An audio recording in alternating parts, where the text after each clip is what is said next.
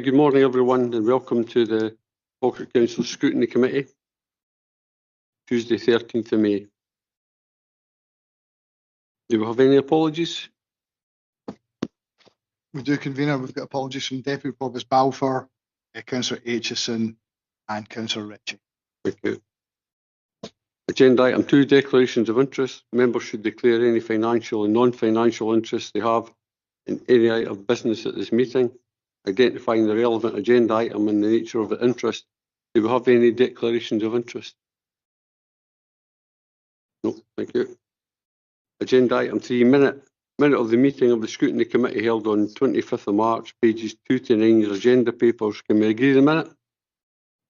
Agreed. Thank you. Agenda item 4, rolling action log, pages 10 to 12 in your agenda papers, and we'll go to Mr. Turry for that. Thanks, Convener. This is just a record of items of business that the committee has asked for and which are due to come forward. You'll see there's nothing outstanding. All the reports are in progress. Item 701 is a BMD report, and I think members were pleased to visit last week to BMD to see the operation in practice, so I think that was quite useful. All other reports are in progress and will come as planned. Okay, thank you. Agenda item 5, 2024 Leavers Attainment Outcomes Report, pages 13 to 34 on your agenda papers. We'll go to Jill to speak to that report. Thank you, Chair. So this paper is highlighting the 2024 Leavers data. So essentially what that is every year a cohort of young people leave our schools across Falkirk area, and collectively those young people and their attainment data constitute what we call the Leavers cohort data. It is the best measurement by which we can understand school progress and how our young people are performing compared to various comparators. Generally speaking, you'll be aware young people are sitting exams at the moment, and there's a little bit of a flurry of activity in September when young people get their Scottish qualifications around about that day through their door, through their exam results, etc. But there is now a recognition that there's a much wider range of attainment that would constitute a learner's achievement portfolio, and that learning happens throughout the school year. So although we're used to quite a flurry of activity in August and September, our best point to measure attainment is when we've actually got all the Leavers information. So generally speaking, that is published by the Scottish Government in March. So then that's the point at which we've got all that information. And then very shortly after that, we obviously bring this report to you with the sort of the Leavers cohort of information. This paper itself highlights all of that information, so everything that is published nationally you have in here with a little bit more information and a little bit of background for your information. And I would just like to say today that the paper we are bringing to you shows a continuing strong picture for Falkirk young people and the Leavers cohort. We have areas of really strong performance, which you'll see throughout the paper. We're very proud of the performance of our young people when they leave our schools, and we're very proud of the hard work that everybody puts into ensuring that these outcomes are incredibly strong and continue to be so. So that is the paper here at the moment. We're just asking you to note the strong levels of attainment achieved by our Leavers in this cohort, and also note the areas for improvement that we look at within this paper. It's worth noting that the areas for improvement highlighted in this paper are just for a very strong picture to get stronger. There are no areas that we're sitting here where we're thinking there is an area of concern or worry. We're starting off from a baseline of real strength, so we're really pleased with this report. Thank you. Thanks very much, Jill. I've got a question. The report mentions that a refreshed attainment strategy is currently under development. Could you maybe expand on that or tell us a wee bit about it? Certainly, Chair. Thank you. Okay, so obviously we're a new management team within the Education Service, and we do come with a background of looking at and raising attainment and the strategies to raise attainment. So when we started, we have launched a programme of raising attainment activities. Now that will involve across our 8 mainstream secondary schools specifically, but extending out into our other secondary schools as well. We are looking at discussing attainment at quite a detailed level with each of our school leadership teams. So what that essentially looks like is we spend a half day with every school leadership team and really getting into the detail of the attainment within that particular establishment. Now that involves high quality professional dialogue with the head teacher and his or her deputies and sometimes other members of staff. We go into real detail about the key strengths and what is leading to those strengths. We go into detail about the areas that we maybe want to put a little bit more focus on. And then the upshot of those conversations, and we have just had them within the last month, is an agreement and an understanding about the types of things that would sit in that school's improvement plan. So what we're essentially doing is we're collectively discussing individual schools' attainment profiles in forensic detail with a view to creating a really high quality improvement plan in partnership with the school and to make sure that the improvement plan is really focused on improvement and raising outcomes or improving outcomes for young people. Again, what I keep coming back to is we do have a strong attainment profile. So all of those conversations there is a lot of celebration in all of those conversations. And again, we take every opportunity we can to kind of thank and celebrate the head teachers of our schools. But obviously with all attainment, we always want to seek perfection. So those are the types of things that will come out in the course of those conversations to ensure that they are then embedded within the school's improvement plan and they are then taking those forward. So that happens in March, around about this time when this data is released. We do that half day per school. And then the schools then go with their improvement plans. We've got a very strong central team of quality improvement officers that will then engage in an ongoing way with the schools about their attainment and their improvement plans. And then we will do those half-day visits again in September at SQA data time. So although that's not published data that happens in September when the exam results come out, it's highly important tracking and monitoring data, internal tracking and monitoring data. So we replicate those discussions in September, again with a view just to understanding all the underlying data and what it looks like and what needs to maybe be tweaked within the improvement plan, etc. But it's a real partnership process. We're calling it the Performance Improvement Programme. And as I say, we are very keen to work in very close partnership with the schools just to ensure that we are all focused on the right things. I think what's really important as well is where we've got key messages throughout those programmes, we bring those back to the central team so that our strategic plans for the central team are also pointed towards sort of collective areas for improvement. So it means then we're kind of looking at things from two different angles. Thanks very much for that comprehensive answer, Jo. I've got another question. There was a decrease in the number of leavers who moved on to further education, yet there was an increase in the number who moved on to employment at higher education. I wonder if you could tell us a wee bit about that and how that happened. Yeah, so obviously across positive destinations, all three of those destinations are classed as positive. So those three destinations are classed as positive in as much as they are moving on to a destination where they can either continue their learning or they can go on and gain employment and earn a salary essentially. You will find variations year on year depending on the young people and the cohorts, and often you might see a drop in further education, which is it's sometimes college, but it's sometimes sorry, I know that's a tricky thing to say, but generally speaking, further education you would assume is college, but it's just basically the level of learning that they're going on to. So if you're going to SCQF level 7 and above, then that's classed as, SCQF 8 and above, that's higher education, and up to SCQF level 7, that would be further education. So essentially what's happening now is our schools are providing a bigger range of SCQF qualifications. So historically, obviously, we were focused more on SQA qualifications and hires and advanced hires, etc. Our schools are starting to introduce a wider range of SCQF qualifications, which might mean then that they don't need to go into college to do those types of qualifications, and then they can go to other places.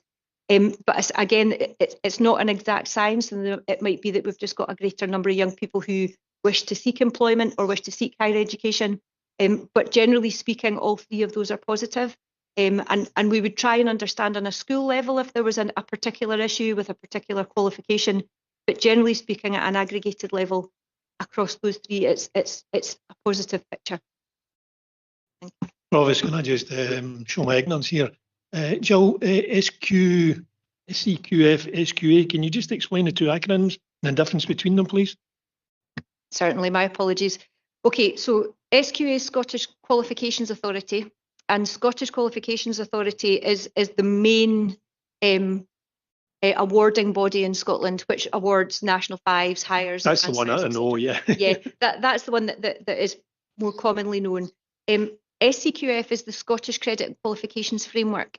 So that essentially is a framework which is an independent body which basically benchmarks all the qualifications in Scotland. So, for example, if you went to look at things like, I'm trying to think of an example, City and Guilds, for example, that type of qualification. It's not an SQA qualification, but it would be accredited within the framework, so we understand equivalence.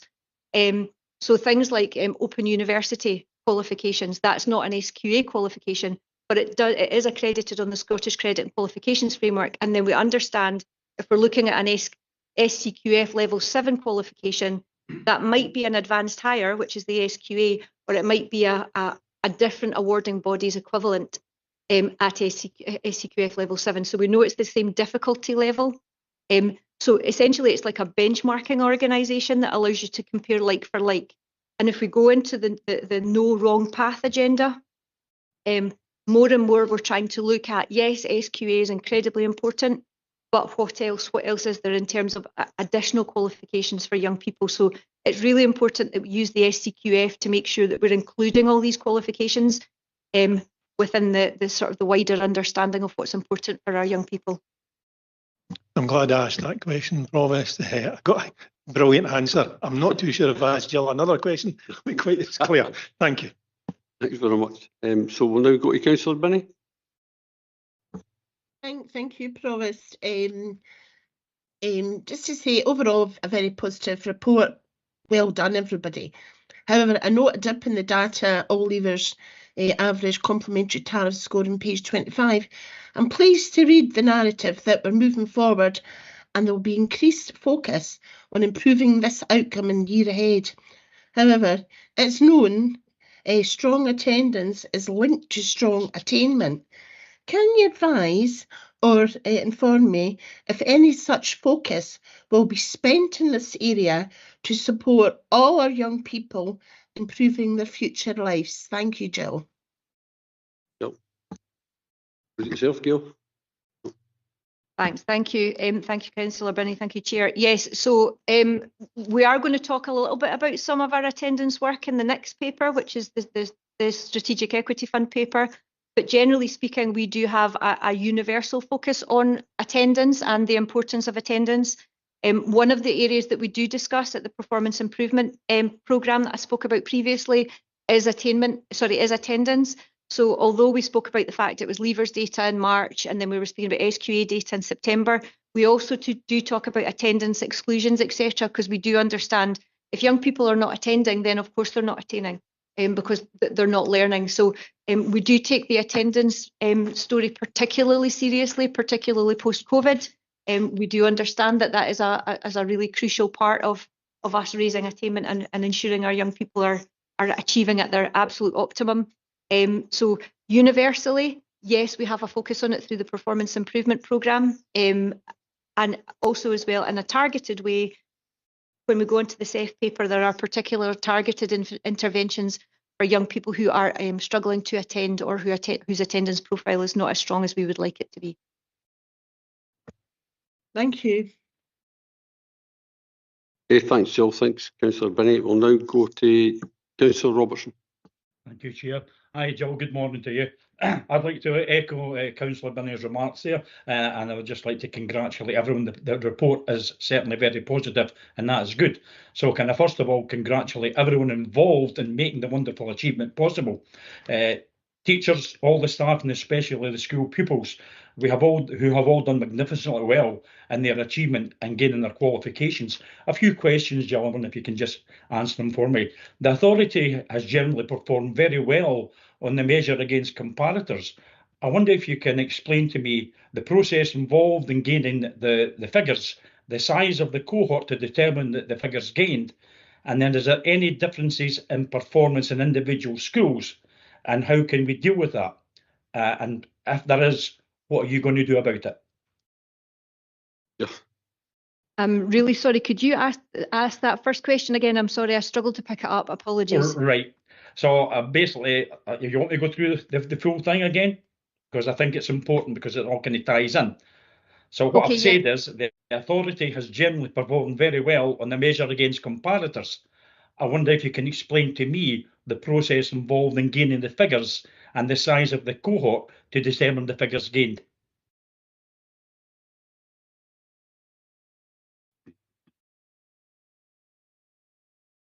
Okay, thank you.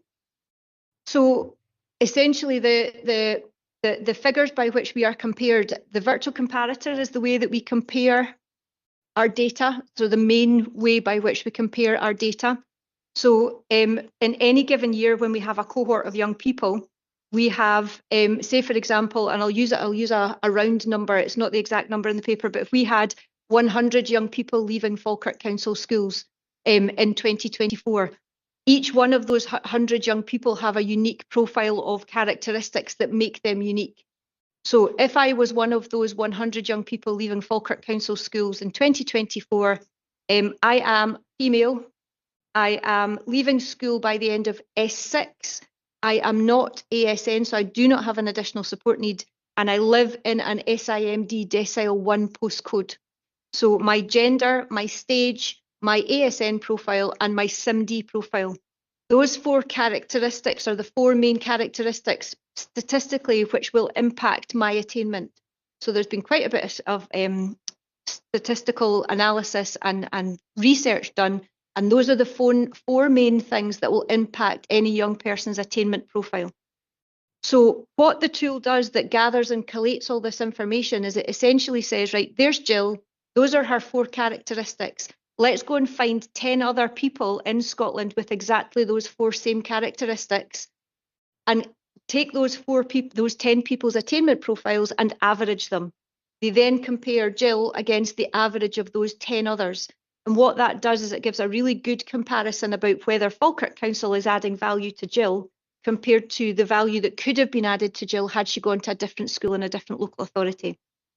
So essentially what then happens is Jill is one of 100 leavers and her 10 comparators sit in a virtual comparator pot.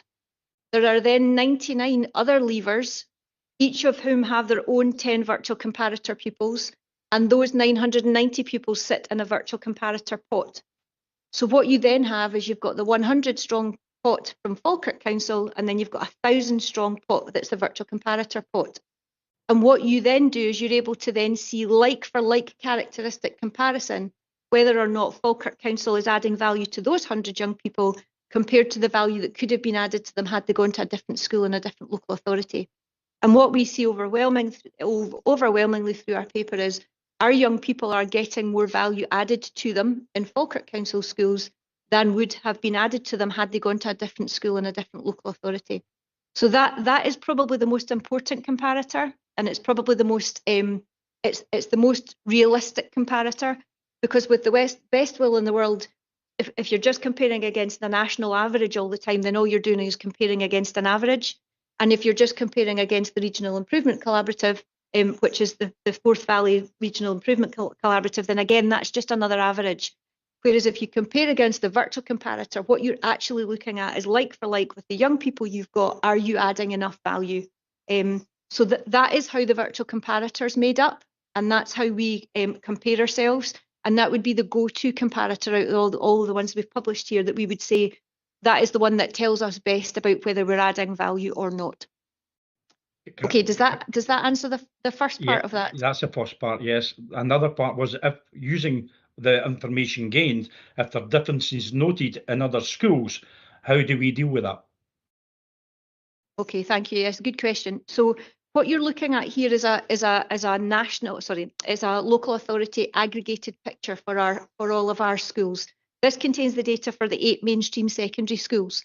So what we have in a tracking and monitoring version, so I speak about the difference between accountability data and reporting data, which is your aggregated picture, and then the additional nuanced data that sits underneath it, that's school by school. That information is used as tracking and monitoring information, essentially, so internal data to allow us to really target improvement.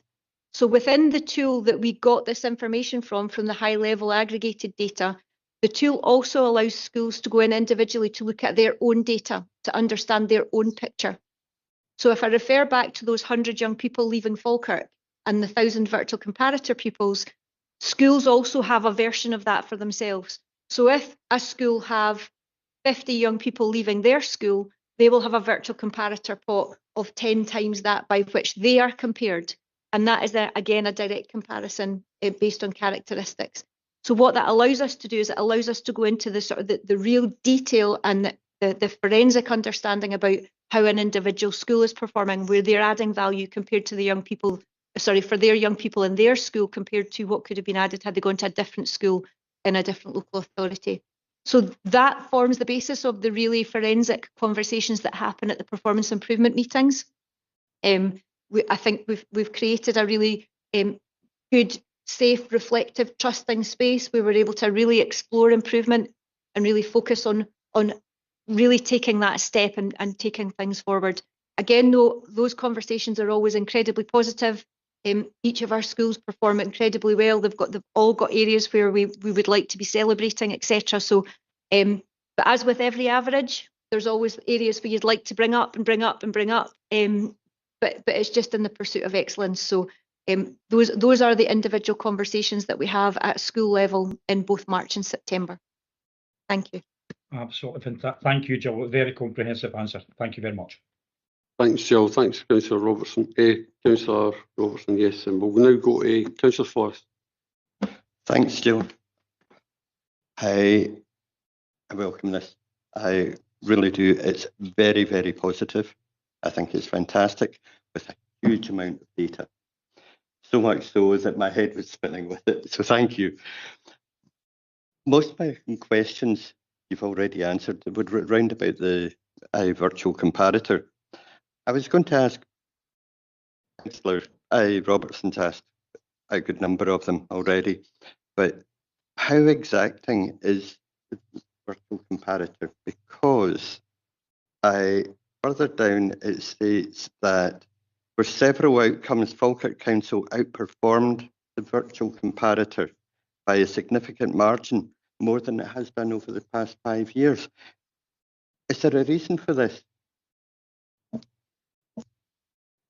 Thank you, Councillor. Yeah, I mean, I think increasingly our nationally schools are getting better at looking at data and seeking their own areas for improvement. And I think in the last 5 years, we've seen a really positive trend with our schools in terms of their interrogation of data and then that real pursuit of areas for improvement. So I think what you are seeing here is an increasingly embedded practice of really pursuing excellence and pursuing the areas for improvement. So what we have here is almost like a matrix of information that allows school to really home in on the places where they really need to look at improvements. And our schools are incredibly good at that. They are very data literate and becoming increasingly more so. And so that's why you're starting to see that kind of real kind of improvement compared to the virtual comparator.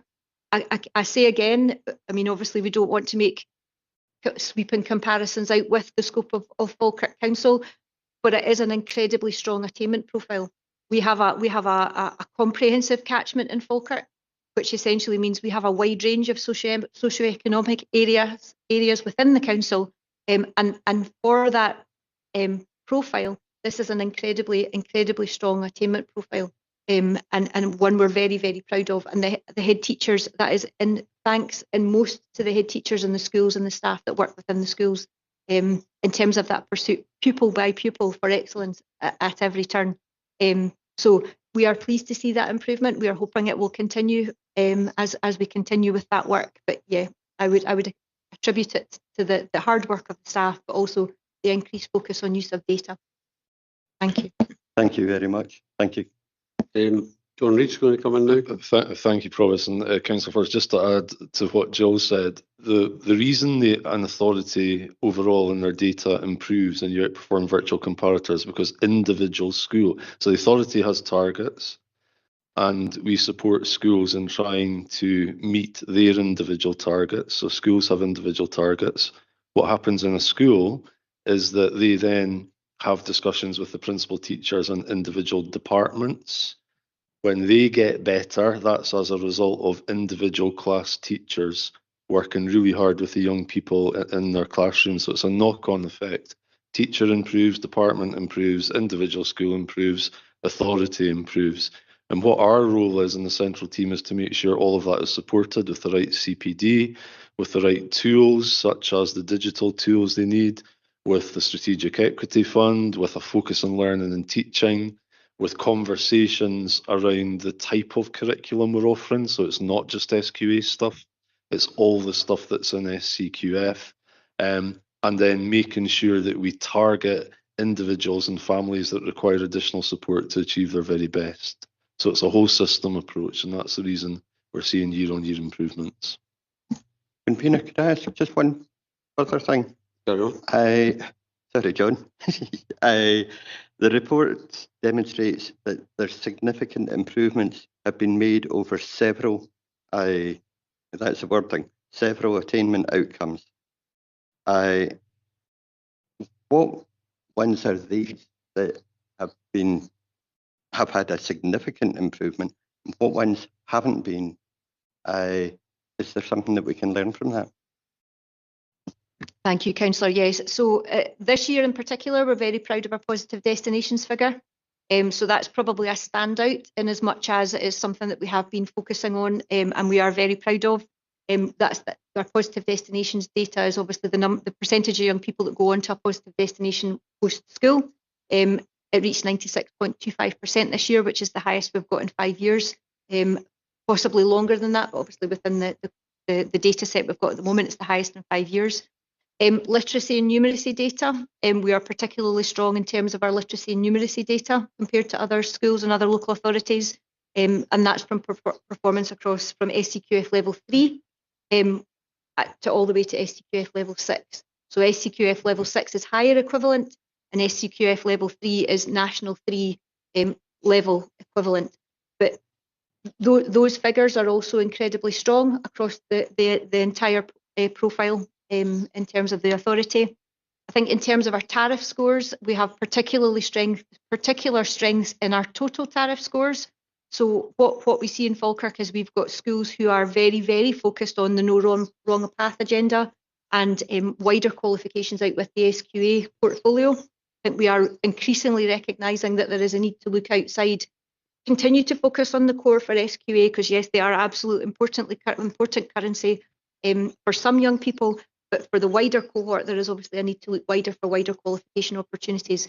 So the total tariff points, where you're looking at a total tariff calculation, that really celebrates breadth of learning. So where you've got somewhere that got a real focus on lots of different types of qualifications, we'll see that through a total tariff score. I think the one area, and again, I feel that I keep saying this, but the one area which is still incredibly strong, but not as strong as these other areas, is possibly our complementary tariff points. So complementary tariff is more around the depth of for a subset of young people. So again, we're outperforming and we're still very, very strong in that area, but we would like to be head and shoulders the same as all our other measures.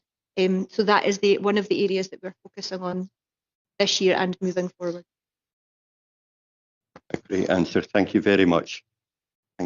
Jill, I wonder if you maybe just explained what the tariffs are. Certainly, thank you. Okay, so within Insight, which is the attainment measuring tool, it's very, very difficult to aggregate things when it's lots and lots of different things. So what the Scottish Government did at the beginning stages of Insight, which is the tool that measures this attainment, is it using the Scottish Credit and Qualifications Framework as a yardstick, essentially. It created a tariff scale by which all qualifications that sit on the Scottish Credit and Qualifications Framework could be measured. So what it essentially does is it takes the difficulty of a qualification and the volume or the size of the qualification, and it assigns it a tariff score. So for example, a higher is at SCQF level 6. So 6 is used as a multiplier, and it has 24 SCQF credits, which means a notional 240 hours worth of learning in it. So the insight tool takes the 6 and the 24 and it multiplies it together to give that qualification a tariff score. So that happens for every qualification that sits within the insight tool on the Scottish Credit and Qualifications Framework. And then what happens is within insight, what it does is for every learner, it takes the portfolio of qualifications. So I'm Jill, spoke to you about my characteristics, but I've got, let's say I've got 9 qualifications altogether. I've got 2 advanced hires, I've got 3 hires, and I've got 4 national 5 qualifications.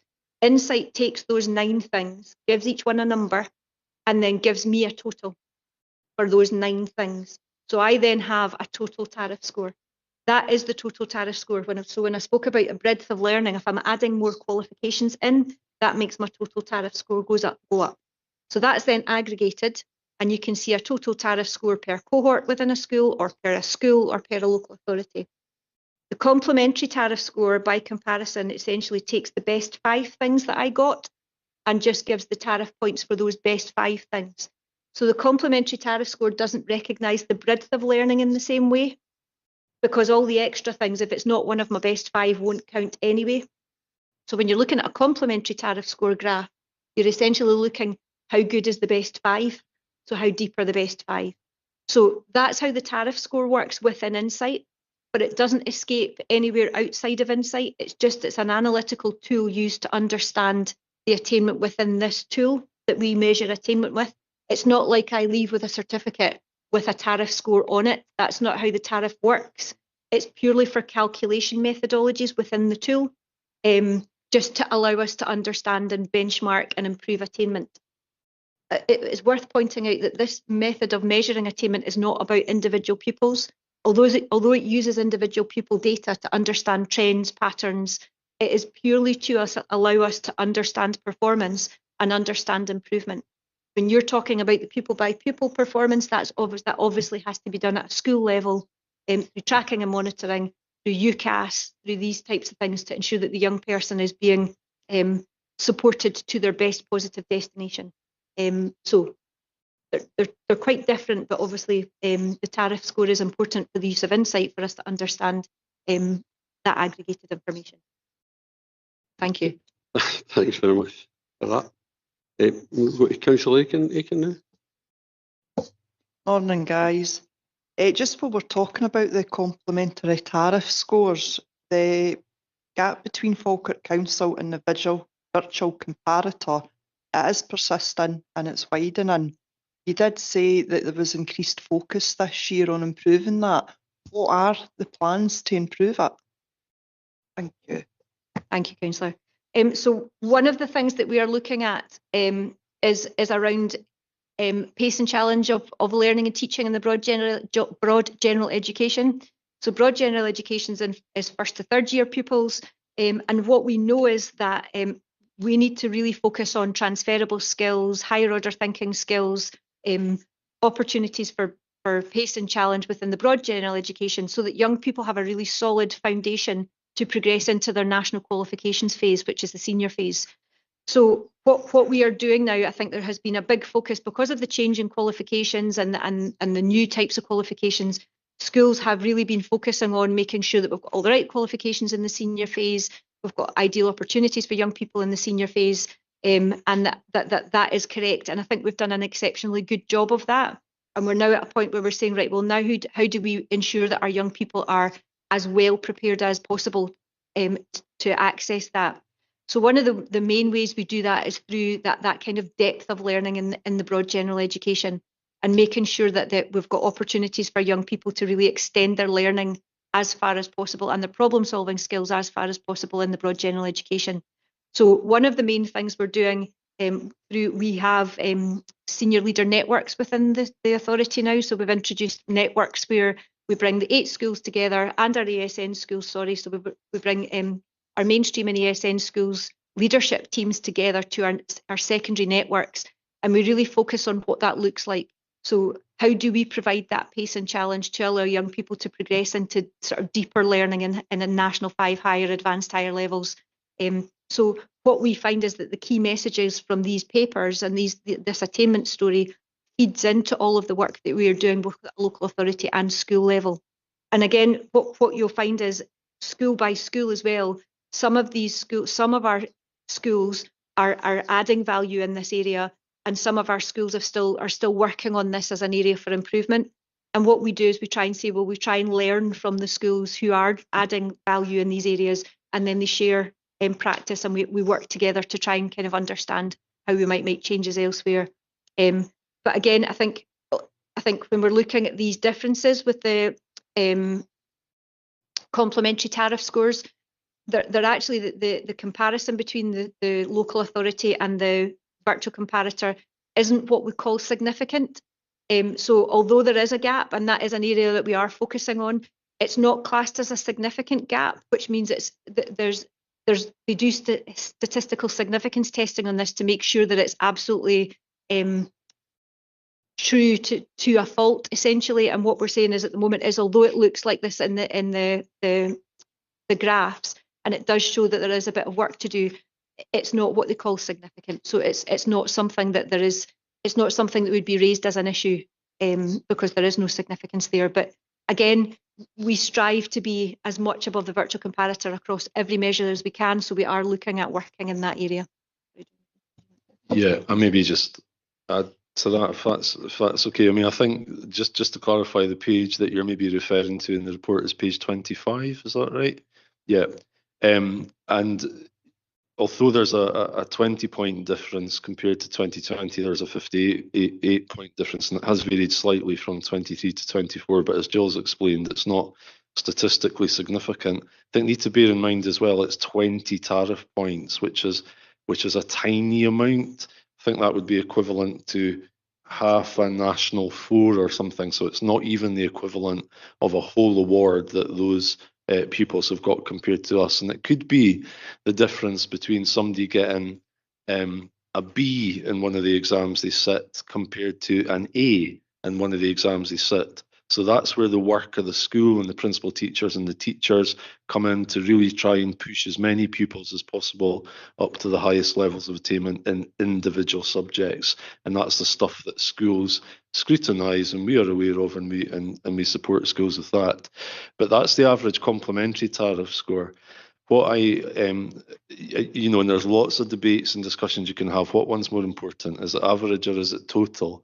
In my mind, what is important are the entire set of qualifications that a young person walks out of school with in their back pocket, because that's what's going to allow them to access a job or into college or into uni, or whatever it is they're wanting to do onto further training. So what are we giving them? What is the currency that they have when they walk out of school?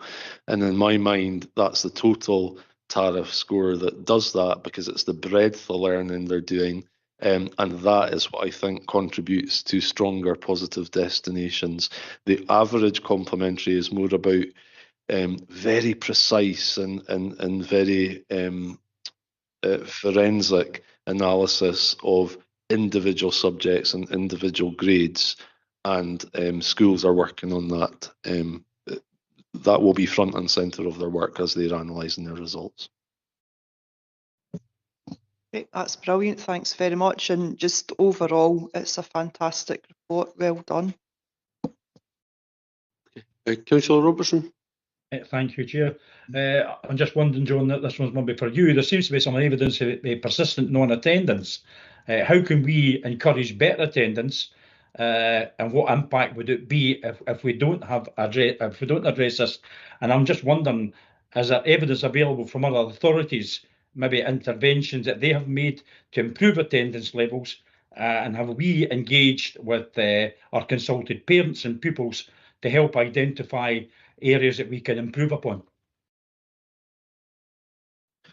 Thank you, Councillor Robertson. I'll come in. We are going to touch on attendance in the next report, but just to say that there's a recognised national issue with overall levels of attendance, particularly following the pandemic, and we keep harping back to that. It's 5 years ago now, isn't it? But we are seeing signs of recovery in our general levels of attendance, but there's an attendance strategy that's supported by the strategic equity funding and pupil equity funding in individual schools. So there's work going on at authority level, there's work going on at individual school level. All of that data is analysed in the same way as this attainment data is analysed, and there's general work on attendance, but there's very specific work on attendance that happens with particular individuals as well. And you know that we provide support through our schools, but we also provide support through the likes of the Interrupted Learners Service that we run, with outreach work that we've got, and with family support workers and education welfare officers. So there's a whole team of people tackling attendance. That's fantastic, John. Thank you. Thank you. Okay, thanks, Councillor Robertson. We'll now go to Councillor Flynn. Thank you, Provost. I've had a long experience stroke connection as a parent council member, and obviously as a councillor with your primary school and particularly with Larbert High School.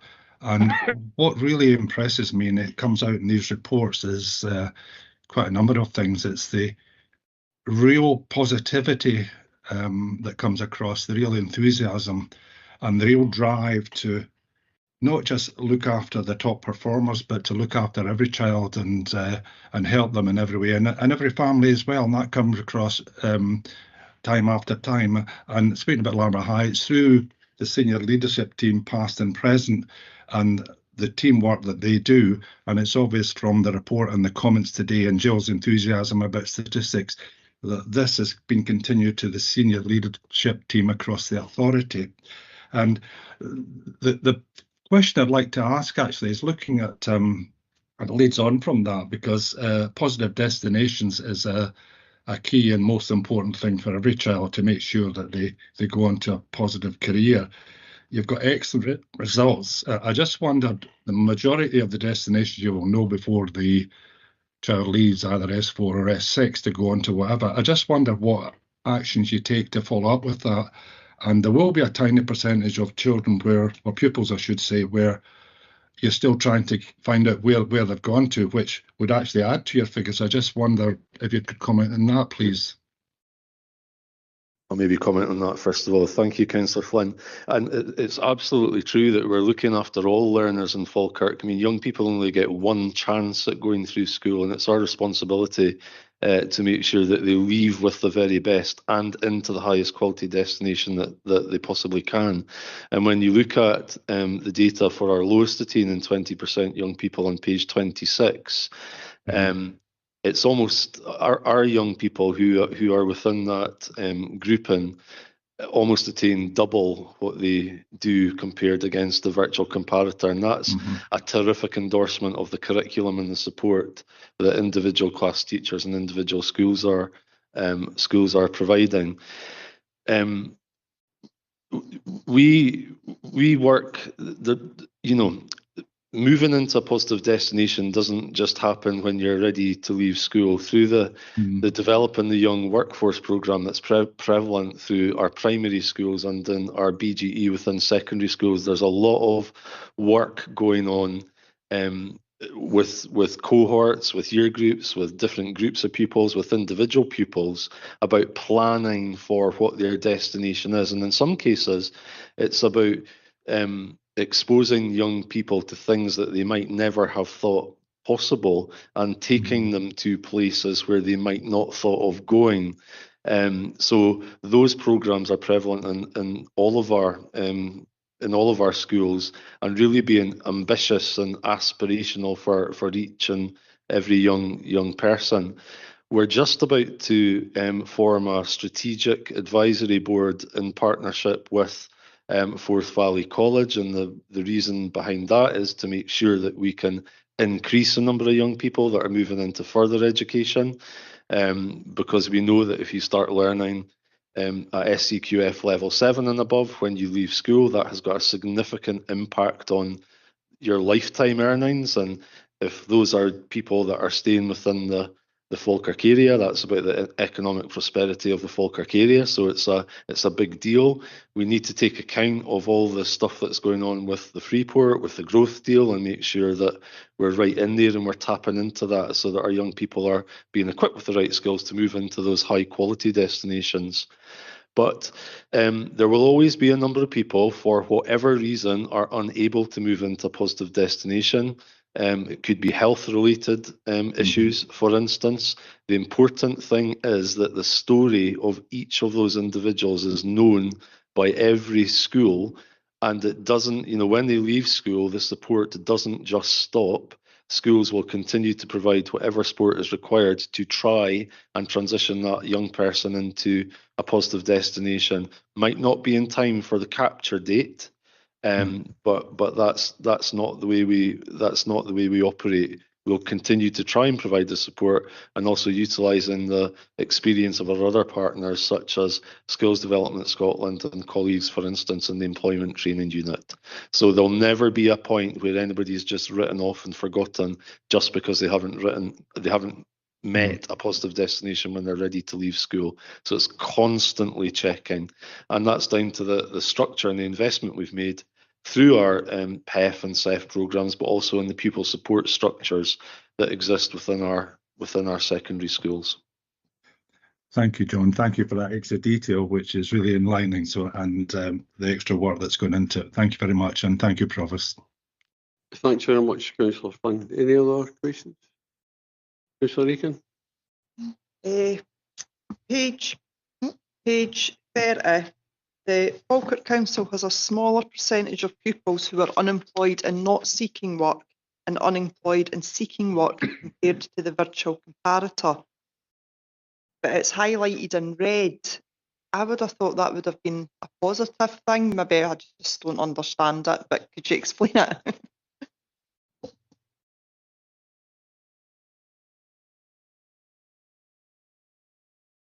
Sorry, excuse me, give me 2 seconds. I'm just finding the page.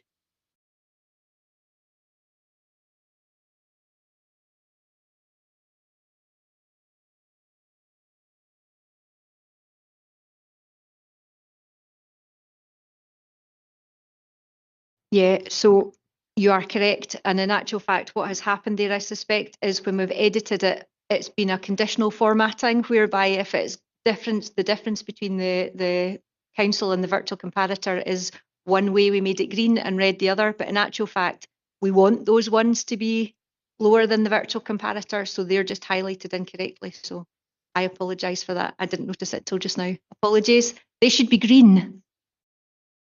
Yeah, we want it to be lower, so that's Yeah. good that it is lower. Yeah, but it should be green and not red. It's just red because it is lower. So it was. Sorry. It is a positive thing then. It is, should be. yes. That's brilliant. Well spied. Thank you. Any other questions? I've just got a couple of general questions. When it says all leavers literacy, SCQF level 5 and 6 and 3 and 4 and stuff, is there a definition of what that means? Level 3 and 4, what you should be achieving at that level and then what you should be achieving, because it doesn't mean a lot. Maybe if you read that, but if you know 5 and 6, you should be at this level, really. Yeah. So is there a definition somewhere? I'll quickly just explain that. It's all benchmarked against a set of expectations and standards, but essentially the majority of young people get their literacy qualifications through taking English, and so they automatically get the literacy award as well. So if they're taking English, it could be at National 3 level, it could be at National 4 level, National 5, and when it gets to SCQF level 6, that's higher English, if you like. There are some other subjects that contribute to that measure as well, and I won't go into the detail of that, but so you might not be taking English, but you might be taking one of the other subjects that contributes to it. But we also have, and what schools are very good at doing is, I might only be capable of getting National 5 in English, and that's as high as I'm going to get in that subject. but I might get level 6 in literacy. So schools can deliver programs and can assess my literacy separately. So I might have National 5 in English, but I might be able to get level 6 in literacy. And that is the same for numeracy as well, that works in the same way as mainly through maths, but separate numeracy awards as well. My final question is looking at themes and trends. In the report, it tells you SCQF level 5, 6, etc. But it doesn't actually break down how many students took maths, for example, or chemistry, or so I'm thinking if you're trying to get a handle on how many pupils might be looking to move towards STEM careers, so it would give you an idea there's more people taking maths or more people taking. So is there some information on that we'll look at? Yeah, so just to, this is about the percentage of leavers in total. What we have is a whole set of other data that breaks down subjects. So we know how many young people took higher maths, and we know in each individual school how many took higher maths, and we know in each individual school how they performed, and we can compare that against all the different comparators as well. That's to do with the structure of the curriculum and in individual schools, but it's about us planning our curriculum intelligently with our partners like Skills Development Scotland. So we know the jobs that are in demand in the local area and across the country, and what we should be doing and what we are doing is planning our curriculum to allow young people to access those jobs so they've got the right skills. So we know all of that as well. And perhaps what we could do at some future point is a briefing to members of the committee to explore some of the data around the number of different people taking different subjects and qualifications. That would be a good idea. And just a kind of final observation is the digital transformation, the iPads and everything like made a difference to attainment. Remember, we had a presentation up in the municipal chambers one time, and the pupils were there and they were interacting with their teacher. Their teacher would say, have you considered this, for example, in an English essay or something? So has that interaction made a big positive difference? Yes, absolutely, definitely has. In my view, it's one of the most important decisions the council ever made in terms of capital decisions within education, out with the learning estate and out with the buildings. It absolutely has, and I think that's one of the reasons that we're seeing improved levels of attainment, because young people are able to access their learning resources 24/7. Young people are able to get more regular, higher quality feedback from their teachers through those devices that they previously couldn't have got. And they're also able to access a broader curriculum with the likes of the virtual learning classes that we've got. And I'm not saying teachers are responding 24/7. Of course they're not. But young people are interacting with each other in their classes and helping each other. They're able to access things they previously couldn't access. And if we're talking about attendance, if they're off and they're genuinely ill, they can access the learning that has taken place in the classes that day. That previously wouldn't have happened. And we've got some young people who are not able to attend school for whatever reason, and they are accessing learning via these devices. So it's a single, it provides equity right across the authority. It's an essential tool in 2025 for learning and teaching. And I'm just not quite sure what our classrooms would look like if that infrastructure and that investment wasn't there. And my final point on that is that what you will notice in each of the inspection reports that are coming round, when the schools are being independently, externally evaluated by HMI and the inspectors, there is a very strong feature of digital learning and the use of that technology coming through in the reports. And I'm delighted to see that, because that means the investment is paying off. teachers are upskilled, kids are upskilled with the skills they need in order to move into those destinations. Thank you. If there are no other questions, we'll go to Councillor Sinclair as the portfolio holder. What was the question? Thank you, Provost. I'm not entirely sure how much more I can add to that. It's been a very full scrutiny session on this report. What I'd like to say about this, it's a very positive picture of how our young people are achieving, and whether that's through literacy and numeracy, the traditional SQA exam diet that we see or that we're used to and we know, or whether that's with the access our young people have to the broad curriculum and the wide pathway that we have here in Falkirk. One of the key messages coming through in this report is that Falkirk's story is incredibly strong, both locally and nationally. But what I'd like to say on that is that that's not a job done attitude. Focus on improvement will be maintained, and I'm absolutely confident our education team and all of our sectors have a plan to do just that. It's also not an overnight success and an overnight process. It's down to a result. This is a result of the focus and the hard work of everybody involved, which has led to these positive statistics, but also to a 5-year high in positive destinations of 96.25%. Finally, I'd like to pay tribute actually to our phenomenal young people who continue to achieve in what can be very challenging circumstances. Also to our central team for the support that they provide right across our secondary sector and wider. Last but absolutely not least, our dedicated secondary teams, and in particular our head teachers, for their relentless focus on achieving the best outcomes for our young people. It's a privilege, and I say that with genuine honesty, and I've said it many times here and in other committees, it is a privilege to work alongside our education teams and see excellence at work in keeping our children and young people in Falkirk at the very heart of everything we do. So thank you to everybody involved, and thank you all for this morning. Thanks very much, Councillor Sinclair. I think everybody said the same. It's a wonderful report, and all credit to everyone involved in education.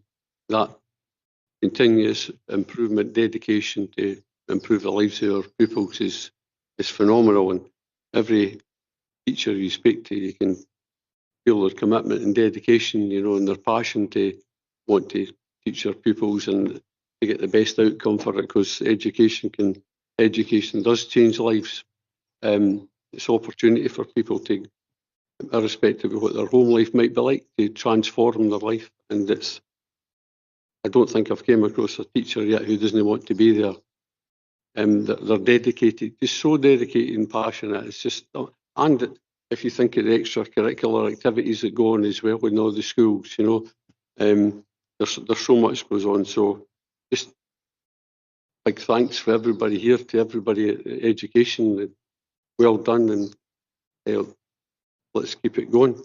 So the recommendations are: members are asked to note 1, strong levels of attainment achieved by Falkirk Council secondary school leavers in 2024, and 2, key areas for improvement identified and the strategies in place to support further progress. Can we agree with the recommendations? Agreed.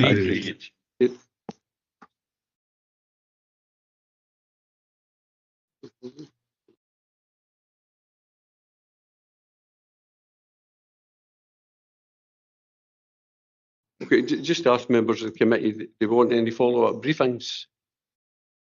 John, I would like a further report, please, Provost. What was that on, Councillor Robertson? I would like a further report if we can get one at a later date. On maybe the stretchings. Can I just STEM changes the next report? So that's probably what we'll look at. Yeah. Can I just maybe just untangle and rewind? Obviously, the committee beforehand indicated a desire to look under the bonnet, which I think successfully did, and got a lot of good answers and detailed answers. And Mr. Reid offered to do a briefing on some subjects. So perhaps if you could maybe leave it with myself and the Provost to talk to Mr. Reid and Jill just on what that briefing could be and the extent to which you could further explore the attainment issues that you talked about today, and then we can notify the committee how we'd be able to take that forward. Would that be satisfactory? Agreed. Agreed. Councillor Binney's got her light on. Councillor Binney? Yeah, I was going to say, like, a lot of the data is aggregated, and obviously we've not to mention individual schools, that wouldn't be fair. But is there scope for a scrutiny panel to probe this further internally? And then obviously for the panel then to come back to the scrutiny, you know, in a generic term, actually, because I do feel, you know, we've got a lot of surface information there, but we haven't got an awful lot of information in depth, actually, what's actually happening. You know, for me, numbers is good, and it's been a fantastic report. Staff must be commended, but I need to know kind of what's happening, so internally, how we actually achieve, you know, all these figures. So it's just a thought. So I'll leave it up to you. Thank you.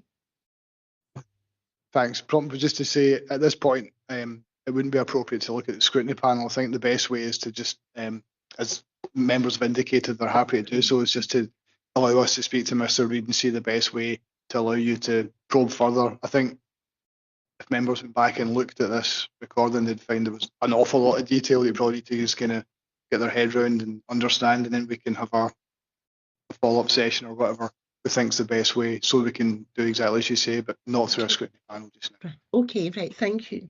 Councillor Sinclair? Yeah, so I'm not a member of the Scrutiny Committee, but one of my observations this morning is that the information that members require to understand the benchmarking of qualifications in Scotland, the landscape has somewhat changed certainly since I was at school anyway. I wonder if it's maybe worthwhile suggesting to the committee, or suggesting that a page brief or a 2-page briefing is sent around to all members on the Scottish Credit Qualifications Framework, the SQA, and the what sets the foundation for our education curriculum offering in schools in Falkirk, if the committee were, or if that would be helpful for members, if it was felt that would be helpful for members. It may be. I think that's the sort of discussion we'd have with Mr. Reeks. I think we're talking more of a face-to-face. So let's just, if we can just leave it as broad as, we'll have a meeting to discuss that. And it may be an information sheet like that might be appropriate for all members. It's just a general, here's what's happening, what all these things mean. But if we could discuss that rather than trying to work our way through it just now, I think better. Okay, that brings us to the end of the first agenda item, and we'll now take a 10-minute comfort break, and thanks very much for your time. Thank you.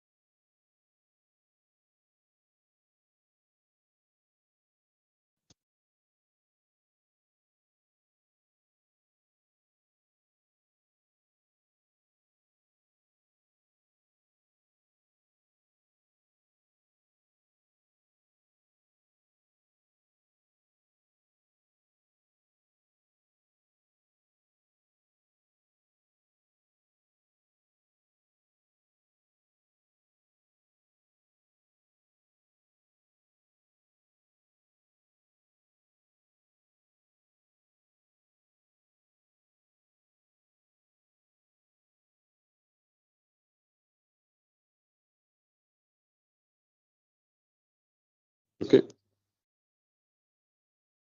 Okay, welcome back everyone. We'll now move on to agenda item 6, Strategic Equity Funding Plan 2025-26, pages 35 to 66 on your agenda papers. We'll go to Jill to speak to the report. Thank you. Thank you, Chair. So just to introduce our second paper for today, obviously in previous attainment reports that we've brought to scrutiny, we brought the Curriculum for Excellence, which is the broad general education data, and we've brought the levers data, which is the senior phase data. You'll know that there is an underpinning focus on closing the poverty-related attainment gap. This particular paper has a very specific focus on that in terms of closing the poverty attainment gap. You may know that the Scottish government has a focus on closing the poverty-related attainment gap, and it has a set an expectation for local authorities and schools to do the same. There is an umbrella term, the Scottish Attainment Challenge, under which all the different strands of closing the poverty-related attainment gap sits. So the Strategic Equity Fund is one of those strands. You may also be familiar with the pupil equity funding, which is given is allocated directly to schools, and the care experience funding also sit within that umbrella term. So the Strategic Equity Fund paper which you're looking at today is around a fund which is allocated directly to local authorities. Local authorities then have to look at strategic priorities to try and close the poverty-related attainment gap at an aggregated level using local authority data. The way that which the local authority is measured is by selecting a basket of measures. So there are a basket of measures by which we are publicly accountable for closing the poverty-related attainment gap.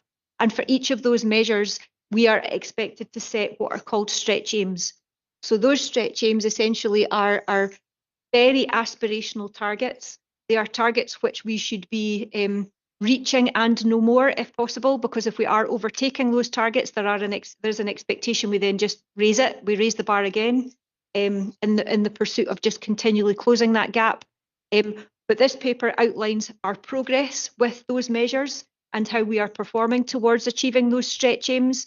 And it also tells you about the work streams that sit under that to try and improve those outcomes even further. The original set out of the plan was for final stretch aims to be reached by 25-26. So that was the end of term of the funding. There has subsequently been an announcement by Scottish Government that the Scottish Attainment Challenge funding will continue in some shape. We're not 100% sure about what that's going to look like yet. So we don't know the specifics of the breakdown between the Strategic Equity Fund, pupil equity funding and care experience funding. But essentially this paper takes us up to the end of, or takes our plan up to the end of 25-26, which was the original lifetime of what we were expected to do with the associated measures and stretch aims. So again, a really positive picture for Falkirk Council. I think what I would say is that there has been an underpinning in terms of equity in closing the poverty-related attainment gap. Schools have been very focused on it for several years. Local authority has been focused on it, but I think we have refreshed our focus on it. This new plan that you're looking at here is a much more rigorous plan than we have had in the past. It is much more focused on our aggregated attainment story in terms of making sure the funding is pointed exactly towards where we need to make improvements or where we need to continue to make improvements. It has an increased focus on governance around the work streams that sit around it to make sure that we are continually revisiting all of these improvement priorities to make sure they are doing what they need to be doing. So hopefully you can see, first of all, that we are making good progress towards these stretch aims, but secondly also that we have a really rigorous plan to ensure that that is a relentless focus on closing the poverty-related attainment gap in Falkirk. Thank you. Thanks very much, Jill. I've got a question. One of Falkirk's focuses is on reducing the number of S4 leavers. The number of S4 leavers in the most deprived quintile has moved further away from target since 2019-20, and the gap between the most and least deprived S4 leavers has widened. I wonder if you could maybe say a wee bit about that. Certainly, thank you, Chair.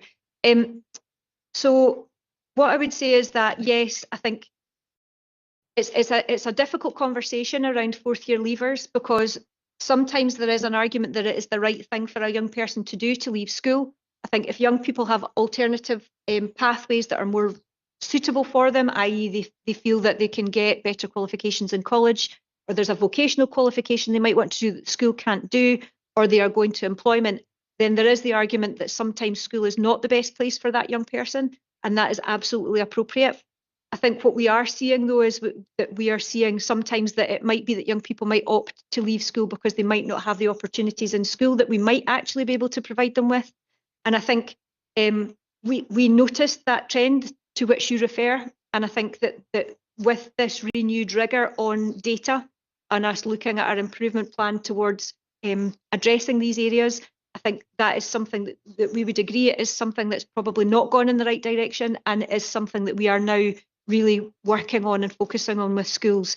Again, I know it's strategic equity funding, but the key messaging from this information analysis also informs the performance improvement meetings that we do with head teachers and secondary head teachers, and it is something we're doing to discuss almost pupil by pupil about whether these young people are appropriate to be leaving school, or whether there's something else we can do in schools to meet these young people's needs.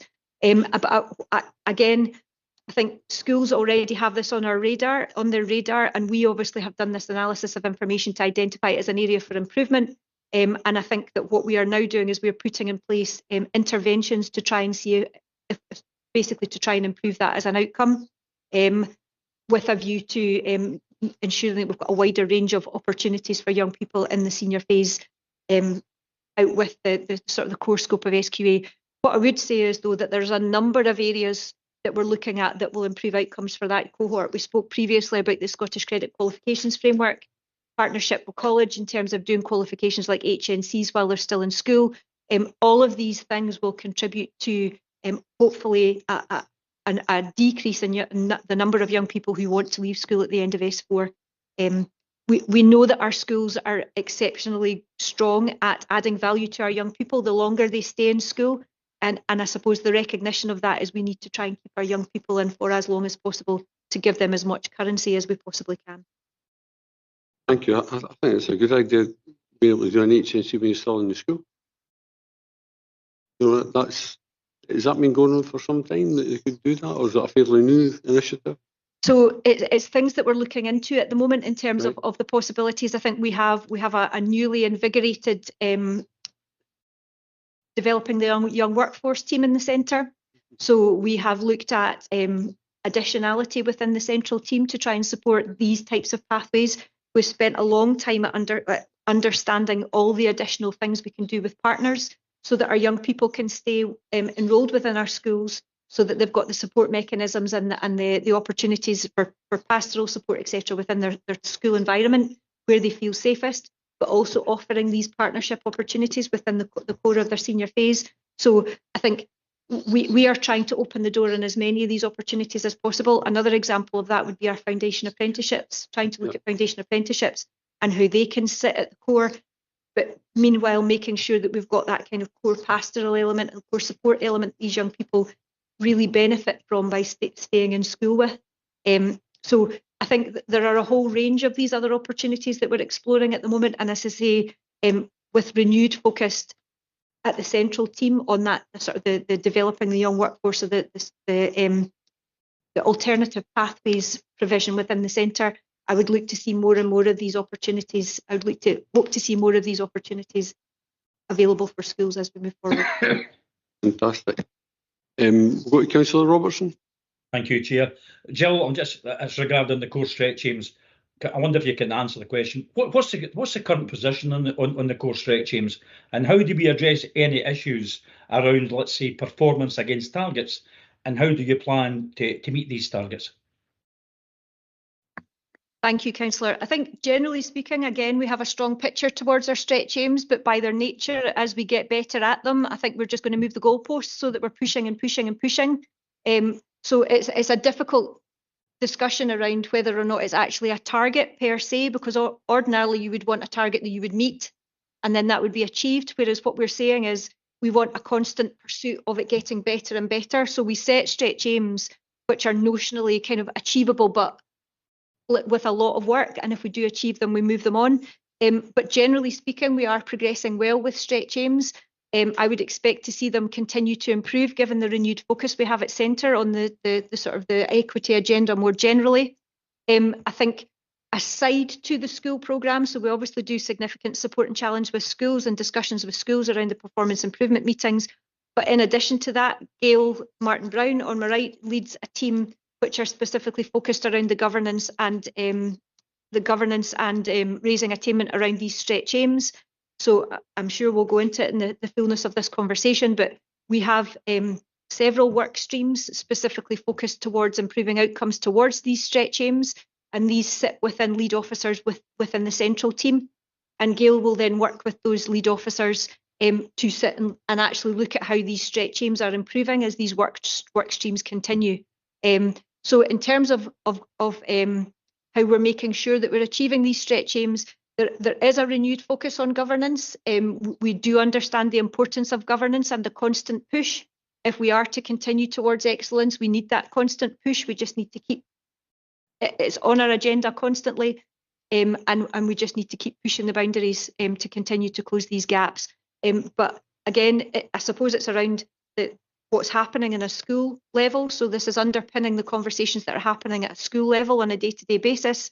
And schools are working towards these stretch aims, but also within the local authority and the work streams that sit within the central team, and a constant focus on those stretch aims there as well. So hopefully collectively that will start to see a real improvement in these areas. Not to say they're not improving at the moment, but a renewed focus hopefully will mean an increased improvement rate. Thank you, Jill. Councillor Aiken. Sorry, I'm not very sure if this is relevant to today's conversation. I think it is, but I'm going to ask it anyway. Why is it so important to close poverty-related attainment gap? Thank you, Councillor. I'll answer that as best I can, I suppose. I think there is a recognition that young people from areas of deprivation or backgrounds of deprivation may experience barriers to learning that young people from areas of less deprivation may not experience. And as an education provider, it is crucial that we ensure that the high quality provision that we're providing for our young people is accessible to everybody in the same way. So essentially, we focus on high quality learning and teaching, we focus on high quality curriculum, we focus on raising attainment, we focus on strong leadership in our schools. But if we've got a group of young people who don't access that provision because of barriers to learning, because, for example, they haven't had breakfast in the morning and they don't have the energy to access what we're providing in school, or they don't have access to resources that they might need to access the learning, then what we're essentially doing is we're investing all of this resource into a provision which some young people can't access. So it's really important to make sure that whatever it is that we're providing is equally accessible to all young people, regardless of where they come from or what they have at home.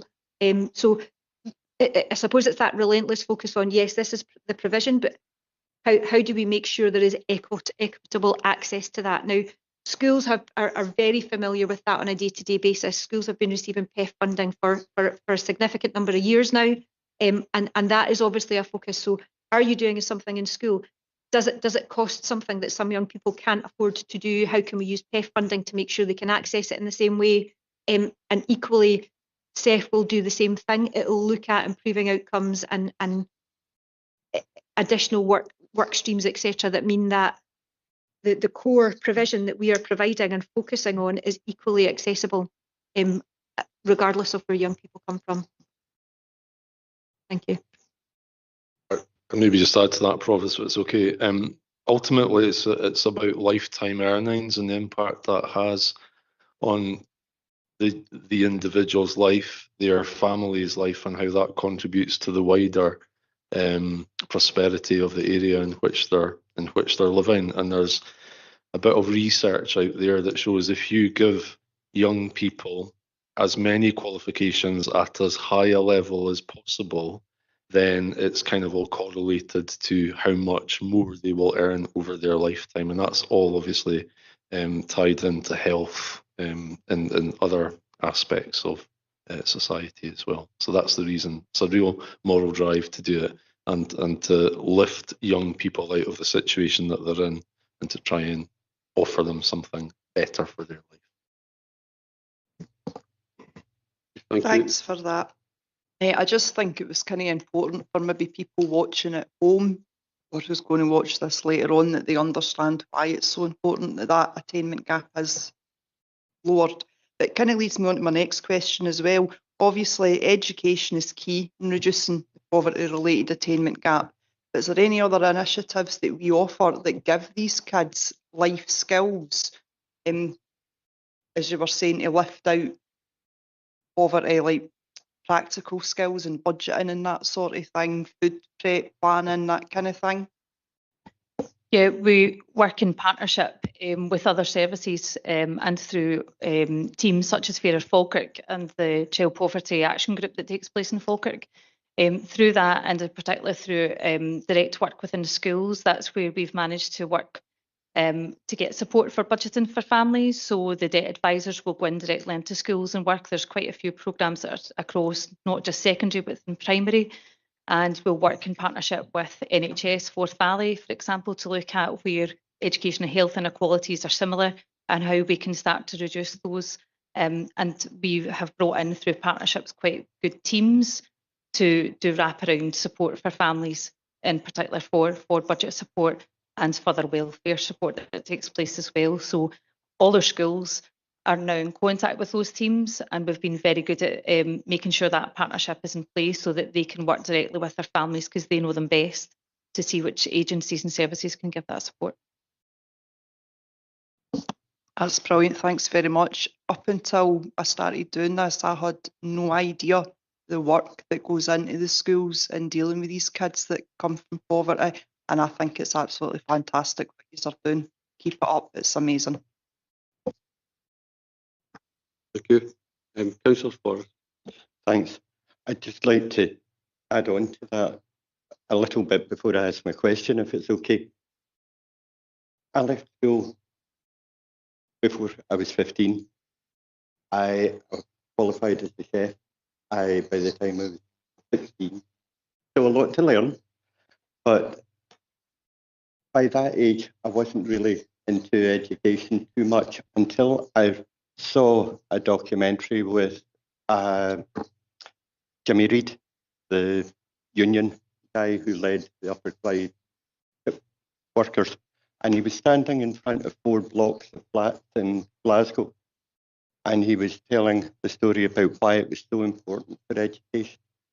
Whipped his hand round. There are hundreds of houses there, thousands of people. There could be brain surgeon, could be pilots, engineers, teachers, could all be in there, but hardly any of them are likely to achieve those things because the school over there is the one that they all go to and it achieves nothing. So those people are out of the equation. And what a terrible, terrible waste. And that's what he said, it was a waste. And it's a waste for our country if we don't do something about it. And I think you're doing a wonderful job. It takes me to the question. Page 38, section 2, 4 themes have been created to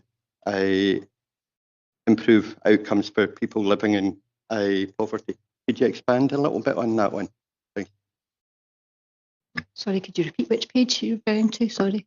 Sorry, Which bit? page 38, section 6.2. 4 themes. Yeah. Okay. If it's okay, can I pass over to Gail, who leads on the work streams within the so it's the so we have got 4 different themes that we've set up as part of this, and that's all been addressed through where we've looked at not just the attainment gap, but also looking at wider data such as health inequalities as well. So first of all, we have the curriculum learner pathways, which is looking at what we've talked about in the previous paper about changing and enhancing the curriculum for the senior phase.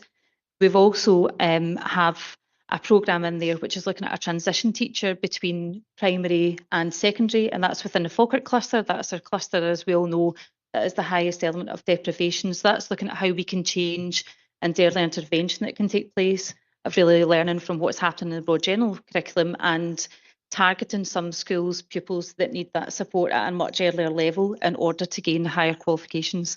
And then we have within the Green cluster and the Falkirk cluster a mentoring pathways programme.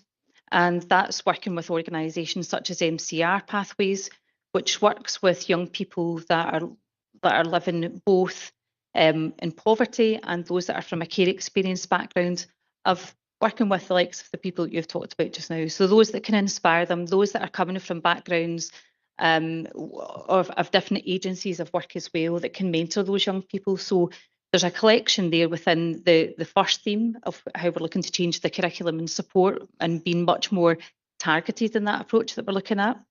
We then have pedagogy and professional development, and the big focus for this year is going to be in literacy and numeracy, and in particular for numeracy, looking at a solid programme that will come in to upskill our staff to make sure that they're confident within broad general and senior phase, but in particular within broad general of that work, and bring in staff from schools that are highly skilled in there, that we can put together really good training and mentorships for our staff, so that when this funding does stop, actually our improvement can still continue and there's a real depth of learning that takes place.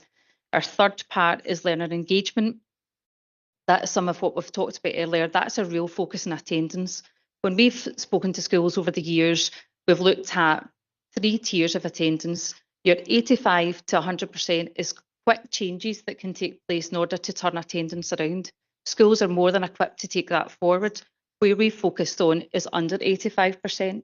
So we have put in a place of family of staff that are within every cluster. Falkirk actually has more, because we have been both reactive in looking at where the demands are and what's happened. The team's only been in place for 5 months, but we've made some really great roads of change there. They're members of staff that are working side by side with schools, but directly with families, and being that go-between, that advocate for the families and for wider services for how we can get further support. And they will work with under 84% attendance, and they'll also work with care experience. What we are seeing there is that the majority of times, and in particular when attendance or non-attendance has been persistent, it's not a quick fix, and it's not necessarily a change that's just directly about the pupil not necessarily engaging in school or wanting to come to school. Most often it's quite complex welfare issues that are sitting at home, of which our team would then go in, work with families, understand what the root cause of that attendance is. They would work with the children as well, and the school will support that child in order to change the relationship that's happening. But also they will put in referrals and systems in place in order to change the outcomes for those families. Is it things such as they're needing a benefit calculator team to work with them because there's a real concern? So we know that sometimes attendance is caused by poverty within a household that they feel they can't afford sometimes to send their child, or mental health is decreasing because of poverty, and they're not at the capable element of being able to make sure that everybody's out the door. They need that support, they need that place. Whilst our team is a tier 1 team, they're there for the immediate support. They will not be mental health professionals, so it's about making sure that agencies such as FIDAM can give support to that family. They can put it in so that they're decreasing those barriers to then allow that child to attend school and be in a much better place. And they'll work, the referrals will come in, but they'll also work hand in hand. And they're working with ones that they're able to change around within an 8-week period to 12-week. Some are much more complex, and they've become that. And they're a very good skilled team to make sure that we can improve outcomes for young people, but also we can take that strain away from schools, because time and time again, schools are expected to be more than just an education service, where other services maybe thresholds are increasing, the capacity is less and less. Schools are expected. We're the only constant that still see that child on a day-to-day basis. So that member of staff then comes in to try and reduce that strain, to allow management time within the school to concentrate on attainment, and for us to take over that welfare element, because most of the time it's well-being that needs to be improved in order for that child to be back in school. So that's a new team that's been put in place. Every cluster has 1. Falkirk actually have 3, and that's again because of the need. So the new part of the Falkirk team is that we have someone that's within early years, and that's about prevention. because we recognise sometimes there's multiple children within those families. And before they get to the stage of being S3 in poor attendance, which is really, really difficult to turn around, can we actually look at referrals that at the age of 3, a member of staff works with that family, improves those outcomes much earlier on. So actually the cost of spend from a monetary point of view is much less later on, but the prospects for that child changes. So that's what we're doing in terms of learner engagement.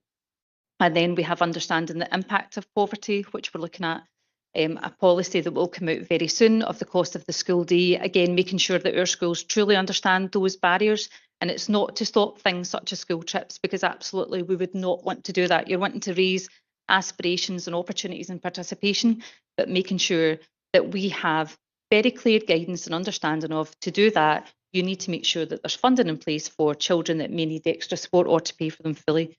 And also out with that school day, how that impacts that child in order for them still to be able to learn and to be in a good place. And we've got a central team of staff on top of that, that then make sure that drives forward, that they can provide the data in order for our schools to be able to make sure that they can plan better and they can react and support what's in place. So that's the kind of main breakdowns of what we're doing with the funding. Thank you for that, convener. I've got one more question, if that's okay. Hey, Jill wanted to I come. don't know whether it's to Jill or... Can I just, Yeah, is it okay sure. if I just, Please. just one last bit? I mean, that's obviously Gail's working very closely with these themes, and there is a lot, I hope you can see there's a lot of really targeted focused work that sits under that. So those are the 4 main themes. And we spoke previously about the work streams that sit underneath those 4 themes. Gail's obviously done a great job at detailing all those work streams, and those are the things I was referring to previously, that we've got a really strong governance process around, and Gail's leading on the governance around those. So where things are needing a nudge, or they were seeing things not starting to work, that's very much, we've set up an infrastructure so that we can react to that, to try and make sure that it's constantly focusing on the things that we need to focus on. So I think there's 12 work streams sit underneath those 4 main themes, and we can add and kind of adapt within those work streams as we need to. But each one of the work streams are led by a lead officer. So there is somebody with an accountability role within each of those work streams to make sure they're constantly improving outcomes for those cohorts. Sorry, thank you. Thank you. It really was between the two of you. Fantastic answer. An awful lot of information. On page 45, there's 3 graphs. The third one, the graph between the most and the least deprived pupils achieving 1 or more qualification at SCQF level 5 has widened since 2019-2020. Can you tell us a little bit more about that and how we're going to be able to improve it? Thanks. Thanks, Councillor. Yes, certainly. So you'll remember in 1990-20 and 1920-21, we had alternative certification, and we had obviously COVID, and we had an environment where we didn't have high stakes young people sitting in an exam hall doing their exams in a traditional sense. So what we had to do with schools is essentially set up a situation where young people were able to exemplify their learning in a different way. So the way that they did that is they were able to gather evidence of achievement over a range of a period of time, and then teachers used professional judgment and understanding standards expertise developed through years of delivering SQA qualifications to assign grades to young people in a different way. We couldn't sit in exam halls, we couldn't do that because of the COVID thing. So that was the way that we alternatively certificated young people. And what we found in those stages is that alternative certification benefited young people from more deprived backgrounds more. So because of the nature of the way that the evidence was gathered, young people, it benefited young people generally in terms of that way, because in an end of a final exam, you can have a young person that sits in an exam and has a really bad day, and they've done well all year, and then they don't, and that's obviously through an appeals process, etc. But through alternative certification, that wasn't as big a thing because it wasn't a high stakes day. So generally speaking, 1920 and 2021 was, the attainment was higher because of that. And it's not because things were easier, it's just because it was a different way to assess young people. Particularly deprived young people benefited from that as a process. So what you'll see there is you'll see a peak in 1920, 2021, and then there was a little bit of a slide because of the recovery from that. But what we're starting to see is that because we are focusing on this as an area for improvement, we're starting to see it pick up again. And we would hope in this current set of exams where young people are sitting exams at the moment, that will start to recover again. But we particularly see that where we're measuring a 5-year trend, and 2 of those years are COVID years, because those young people did benefit from that alternative certification model a little bit more. So it's almost like it's an artificial peak rather than it being a downward trend now. You see what I mean? That makes sense. Thank you. I did have an inkling that it might have been something to do with COVID, but thank you for that. Thanks very much, Councillor Forrest. Councillor Binney? Thank you, Provost. And to be honest, I don't know if you'll be able to answer that. I've kind of got a kind of split question, which is kind of related. Obviously, we're talking about the poverty attainment gap, and, you know, I'm thinking what's happening in our area is a matter of fact as well, because it's all linked. Children have parents probably that go to work and earn money and things like that, and that does affect family circumstances and how the whole family feels, really, I would say. So regarding the SEF funding, the strategic equity funding, and you might not be able to answer this, but can you put a case in for more funding over the year for our council area? Perhaps it's not needed, but now knowing what's happening to the local economy with obviously big industry all over the council area sort of closing down, and lots of people will be made redundant. Obviously, contractors as well will have less work, because obviously this could have an impact on their families. So basically, is there a case for more funding, or is it something we've not thought about or we don't need? Thank you. That's my first part. Okay, thanks, Councillor. So in the first instance, so both SEF funding and PEF funding are allocated per local authority and per school using a formula. So there is an overall pot at Scottish Government level which is allocated to the Scottish Attainment Challenge, and then there is a funding formula applied involving pupil role, deprivation areas, etc., which then allows the Scottish Government to allocate per school PEF funding and per local authority SEF funding. So that is a top line funding which we are just downloaded. So it's not like a bid for scenario, and the likelihood is that won't change, because I think the Scottish Government obviously feel it's fairer to be allocating per funding formula. But what we can do at local authority level is we can flex within the funding allocation we have to try and target towards these types of things if we see that is having an impact for young people. So I think one of the obviously the funding is fairly set. It has increased over the last few years. So the way that they allocated funding previously, they realised wasn't quite hitting the mark. So it was revised, and they looked at a different funding model through the Strategic Equity Fund, which is slightly fairer in terms of looking at the entire demographic of the council. But within that pot, I'm confident that we are looking at a really rigorous analysis of our data to understand where the real areas need to be targeted. I think that we have really focused on ensuring we're rigorously analysing our gaps, and we've got a much better understanding of where those sit. And I'm confident that we are pointing the SEF funding towards the right things, but also we've introduced an element of flex and dynamicism within the system to allow us to address things if we see they're coming up, or if we need to change away from something that's not working. I'm confident we're set up to do that. I think Gail wanted to add in there. That's okay.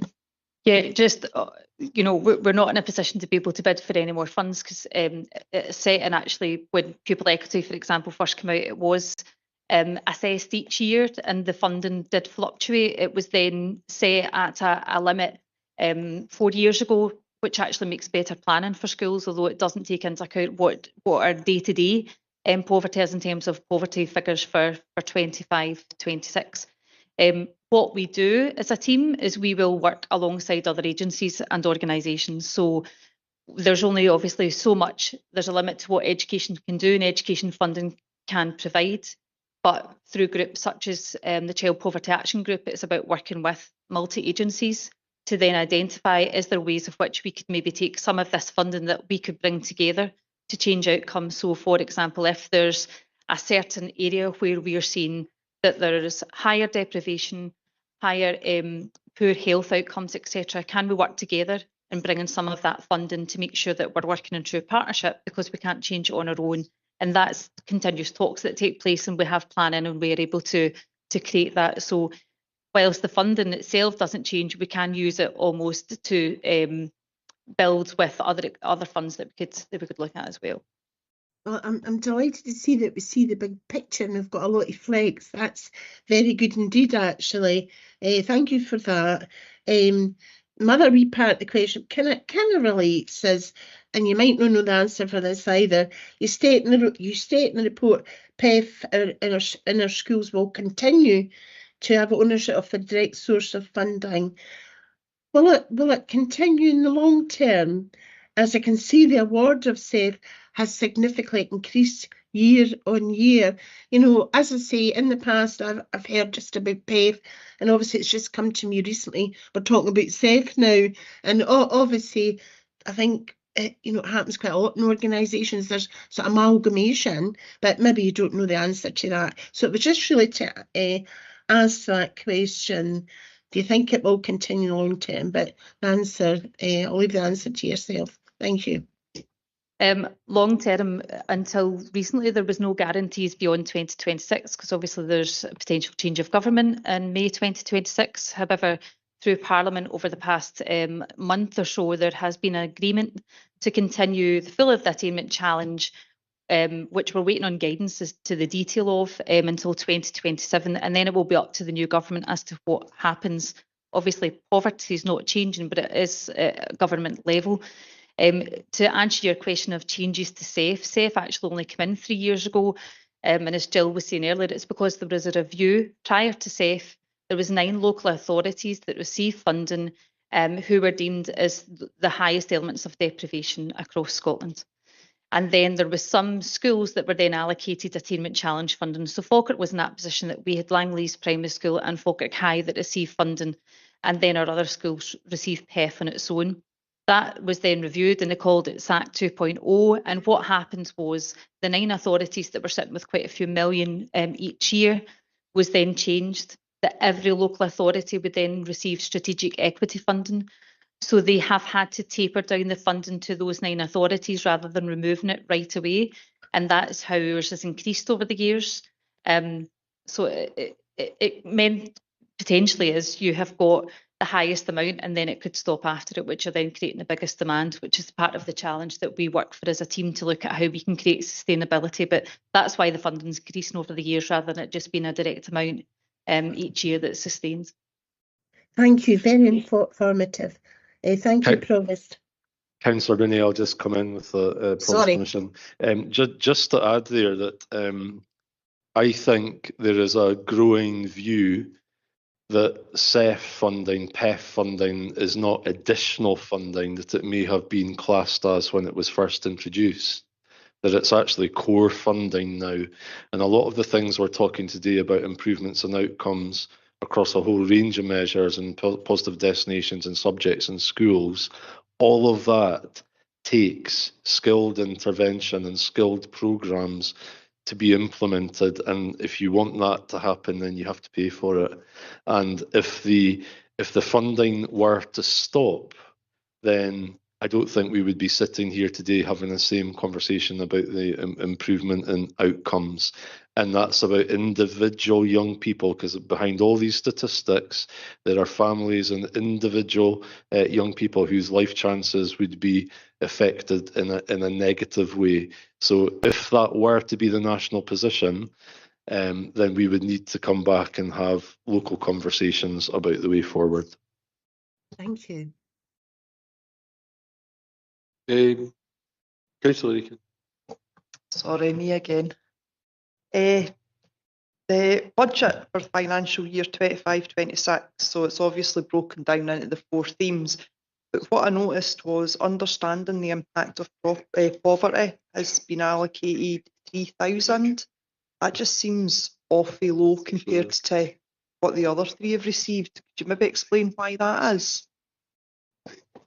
I have to say that over all of the elements of not just SEF but PEF, the Care Experience Fund, all of that underpins understanding the impact of poverty. It's just there's a particular focus on theme 4, and that's about creating the cost of the school day document and the equity fund hub. So actually a lot of that work is work that will happen as part of our existing teams, which is why we don't need extra funding. It's just really to pay for the resource of creating the actual hub itself.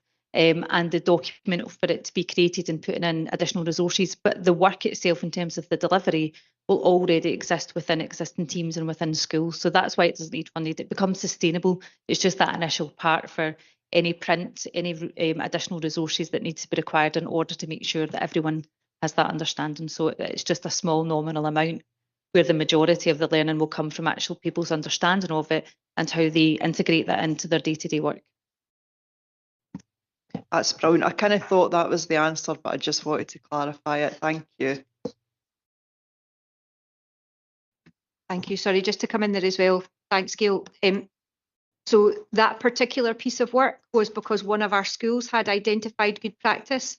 So there was an external body in the school that identified that we had one of our secondary schools who had really strong practice in that area. So what we have done then is we've said, right, okay, if we need to learn from this, if we've got a school with highly effective practice, how do we then use that as a resource to try and then sort of expand out to all our schools? So Gail's right, we're relying on really innovative things that are happening in our school anyway, being better networked to understand where the pockets of highly effective practice are happening, and then almost creating policy around that or guidance around that then allows other schools a framework into which they can develop as well. So that's existing members of school level teams. So they're not actually central staff. It's work that's happening in school that we're almost using a bit of their time to try and then expand that out across the authority. So we are really lucky in that we are identifying these pockets of highly effective practice that we're able to roll out. And it is a cost effective way of kind of building capacity. And that's what we're trying to do as much of as possible. Gail spoke about sustainability. That's where sustainability comes in, because we've already got highly effective practice and we're just drawing on that and expanding it across the entire authority. Sorry to interrupt there, thank you. We'll now go to Councillor Robertson.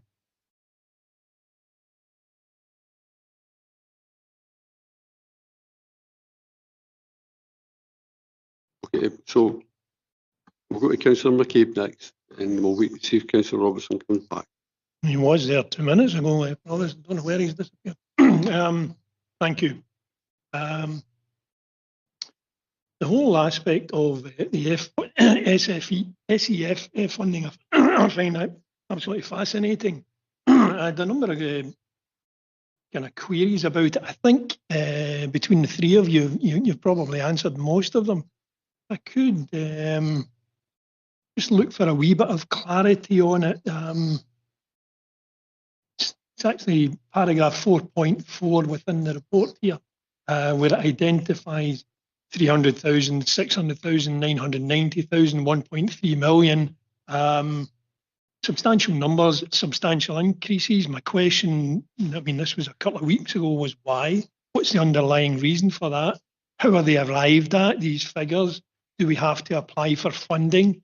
My core question really was, is this locally driven or is it Scottish Government driven, if you like? You know, is it drop-down funding or is it us seeking funding?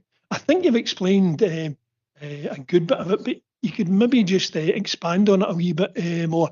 And again, just to pick up on a point that you made, John, I think my fear is that, you know, we would need to be applying for this funding every year. But what you potentially are alluding to, I hope, is that this is now almost core funding. This is not additional funding. And as you mentioned, you know, had we not had this funding, we'd be having a whole different discussion about the earlier agenda item, if you like. Yeah, just a wee bit of expansion would be good, I think. Thanks, Convener. Absolutely. Thanks, Provost. Thanks, Councillor McCabe. The reason for the increase in funding is due to what Gail alluded to earlier, and it's a change in the mechanism by which the Scottish Government have distributed that funding across local authorities and then within local authorities. So that's the difference, and it was to make sure that local authorities and schools that were previously receiving big sums of money, that they weren't suddenly left with nothing. So it was a kind of phased change to the allocation of that funding. So it just comes to us. We know what our allocation for CEF funding is. Our allocation for PEF funding, which goes directly to schools, is around, from memory, 3.8 million. It's around that, and that's distributed directly to schools. That's the funding. All of this funding would have stopped in March 26, but we now know it's going to continue for another year, and then it will be up to whoever is elected and whatever the priorities are as to the mechanism for that. What I was alluding to is the fact that, do you know, that when the funds were first introduced, it was such a lot of money, and I think across Scotland, people were like, "Well, how are we going to deal with this?" Because it's a big sum of money across the country. But the demands that are placed on schools and the issues and problems that schools are trying to address, and it isn't just as a result of the pandemic, it's as a result of a whole load of other changes in society. But the expectation is that schools will be there and schools will pick up things to enable young people to attend, to help their family out, to make sure that they are offered all the opportunities. So that work can't stop, but that work is funded. Much of it is driven and funded by this money, and that's why I'm referring to it as people thinking of it as just being core funding, because I don't think people can imagine not doing that type of work to help young people and help families. But it isn't core funding. It is allocated on the basis that I've just described for another year, and then the decision will come about what happens after that. But something is going to have to plug the gap, because those problems are not going to go away, and those young people still need to be helped. Thanks very much. Just to add to that as well, we took part in a consultation with Scottish Government last year when they were reviewing this, and the civil servants were putting together a report on the totality of the Scottish Attainment Challenge, and we asked them to come and visit 7 schools to give a range of the work that was taking place. Some authorities, it was a 45-minute telephone call. We insisted that they came to visit us centrally and to our schools. And we know that that report has made a significant influence on the full of the Attainment Challenge continuing until 2027. And what the feedback from our schools, from everyone that they've spoken to, from the children, the staff, any parents that were there, was how vital this funding was. And if this funding was removed, we would fail some of our children and families. And that's the significance of it when John's talking about that element of core. Thank you. Thank you for the answers. Thank you, Convener. Thank you. Councillor Robertson. Sorry, Convener. My questions had actually been answered. Okay. I was going to ask a question on governance. I see at the back quite a strong report on governance, how it's administered and how it's in the report to the Scottish Government and how you track the change and stuff like that. So having read that, I've not really got a question around that. I'm just a bit concerned how do we look at that. And it says an annual report to the Scottish Government. So is there one on PEF funding as well, the Scottish Government? There's a financial annual report for PEF that goes to the Scottish Government. They don't have a full element of a report school by school, but that's what our stretch aims contribute to. And obviously any of our attainment data that shows the gap, that's what they judge it on. Our schools will pull together their own reports and we will look at that as well in terms of the impact. But from a government point of view, there's not a full report. They simply don't have the administration in order to pull together for the thousands of schools it would be. So could we maybe see the report on PEF, SEF? It would be part of our standards and quality report that it's included within there. Right, okay, thank you. Any other questions? Oh, Jill, my apologies. Not at all, apologies. It was just to add as well that we have an Education Scotland attainment advisor. So Education Scotland allocate an attainment advisor per local authority, which is an employee of Education Scotland, to work in partnership with us around our SEF, our PEF and our care experience funding. And that attainment advisor is also a mechanism by which Scottish Government look for information from us around the governance of our processes around all of those areas. The attainment advisor also has to produce a biannual report to Scottish Government around our progress with these areas. So although it's not like a public report through this type of environment, we are accountable and our governance is accountable through those mechanisms as well. So that's a partnership arrangement with Education Scotland through our attainment advisor. Thank you very much. Councillor Binnie. I'll ask a quick question because I know we've spoken quite a lot this morning, but it's been good. It's been really positive. Can you mention or name one initiative that has increased the poverty attainment gap significantly? So that would be interesting to know from my point of view and probably my colleagues here today. Did you mean reduce, Councillor Binnie? Yes, reduce. Sorry. Yeah, thank you.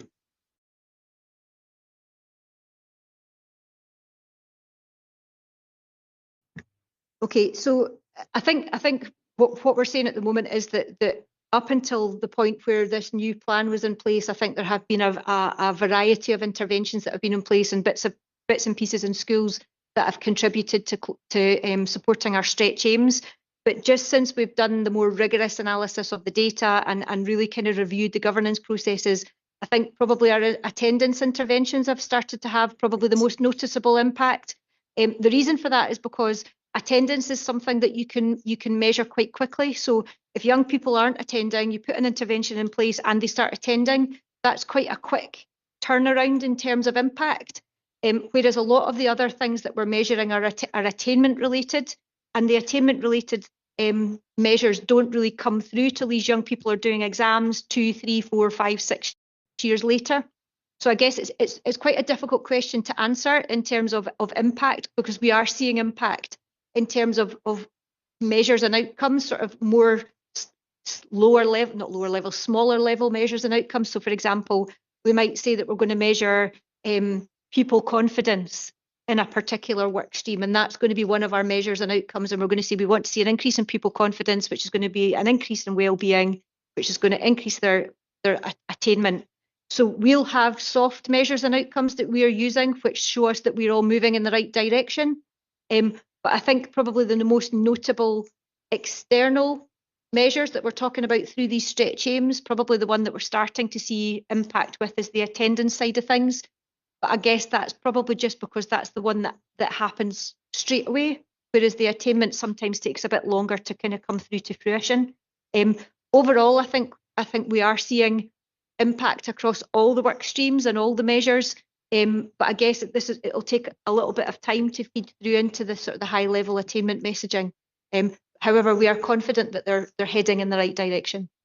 I'm really pleased to hear that, and I'm really pleased to hear about the attendance as well. So hopefully that will be improved in schools with all these funds. But thank you. Any other questions? I'm just thinking as Joel was talking there, the best way to describe it is about the picture that we're trying to paint. And we're trying to paint a really positive picture in all these different measures with all these different young people in all of our schools. But that picture is made up of lots of different pieces of jigsaw, of a jigsaw. And so some of the pieces are a bit bigger than others, but actually they're all contributing to that overall picture. And if we didn't have those individual pieces and those individual bits of the jigsaw, then we wouldn't have that complete picture that we're seeing today. You ask one question, you get 3 answers. There you go. Thank you. If there's no other questions, I'd just like to say it's an interesting comment that Councillor Forrest made about Jimmy Reid. I remember that, and one of the things he said was these kids in these tenement blocks are not getting an opportunity. It's quite clear, I've listened to everything today, that people of today are getting every opportunity possible.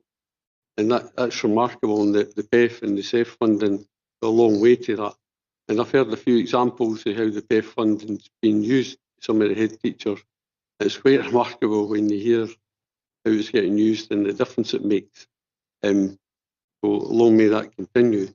So I think we're heading the right direction again with the stretch aims and everything else. And I think this funding that's here is really crucial to moving things forward. And we've heard a lot about that today, and it's all positive, you know. So I'll just now go over the recommendations. Members are asked, 1, acknowledge the progress made towards achieving the local authority's strategic equity fund stretch aims, and 2, note the strategic equity fund plan for 25-26. Can we agree the recommendations? Agreed. Okay, thank you. So that now closes the meeting. So thank you everyone for coming along. Thank you.